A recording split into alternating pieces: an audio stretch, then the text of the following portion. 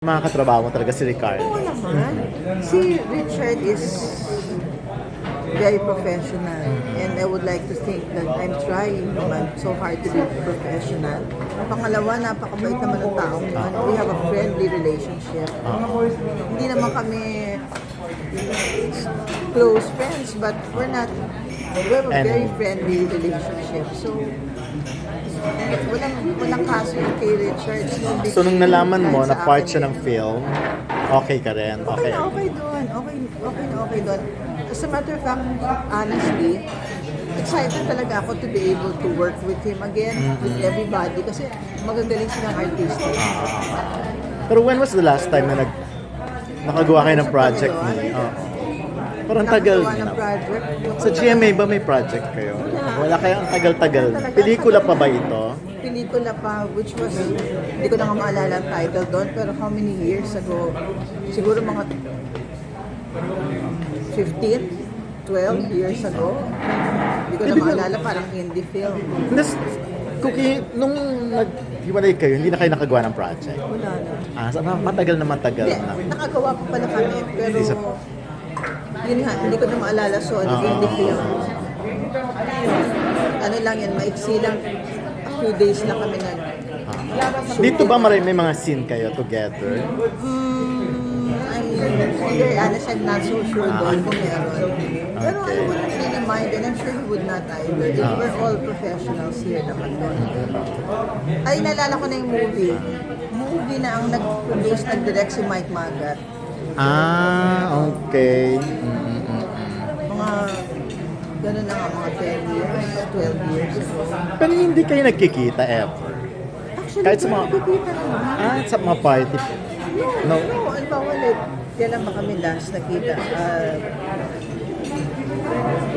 Well, it was a few years ago na rin. But not so long ago.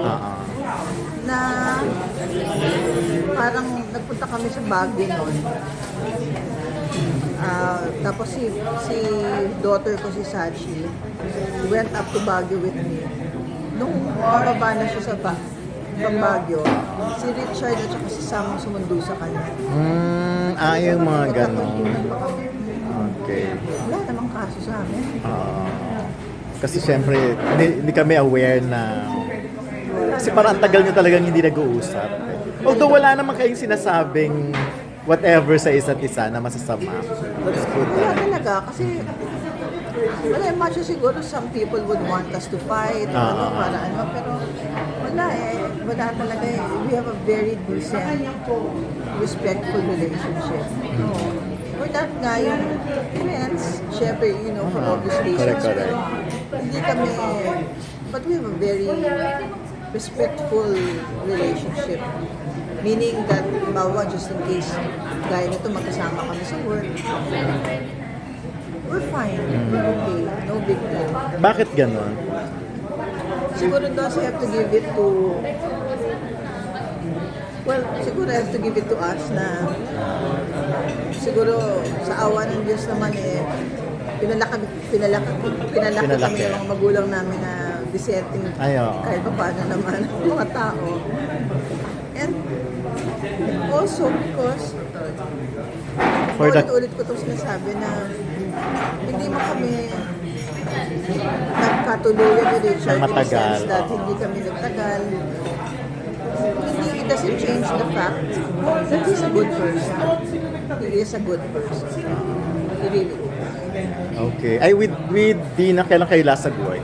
Si Dina, Kasi si Dina sinasabi niya talaga gusto niya ng reunion project with you and sana with Maricel din. Kaya lang. Yun ang project talaga. Yun ang pinipili ko sana.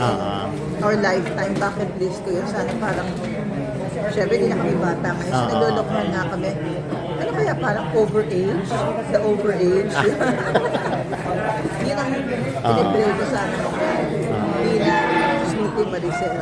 Pero you're always excited ka working with Dina. Oh yes, it's always a joy kasi totoo lang, nakita niyo naman kanina, di ba, doon, alam natin si Dina, talagang outspoken, Yes. very kalug-kalug yan. So, pagka nasa set, she makes everybody feel, ako sa akin, I feel comfortable around her doon. Although, aminin natin, si Miss D medyo intimidating pag hindi mo Yes. kilala. Presence pa lang niya para. Oo, kasi talagang honest yan. Pero yun nga yung gusto ko sa kanya kasi I don't step on eggshells with her. I know where I stand. Hindi siya, what you see is what you get. Yes. At kung may ayaw siya, sasabihin niya talaga sa akin. Pero si Dina has always been kind to me. Wala na siguro na sensitive ako. So, very gentle si Miss D sa akin. Parang ramdam naman na she respects and parang she loves you rin. I feel that, kinikilig ako to realize na alam ko talaga mga bata pa kami. Love ako ni Dina at saka ni Maricel. Parang ako yung baby sister nila talaga. Although hindi naman nagkakalayo yung age na. Oo, di ba? Sige, thank you. Ang kwento, yes, correct. Tapos yung nananaw, ang Chelsea. Yung writer. Sige, okay. Eto na yun So, yan, tapusin na natin. Okay. May prepare naman kami PowerPoint just in case na mangyari yung ganito. So basically, police investigator Yuan, siya yung main investigator sa crime regarding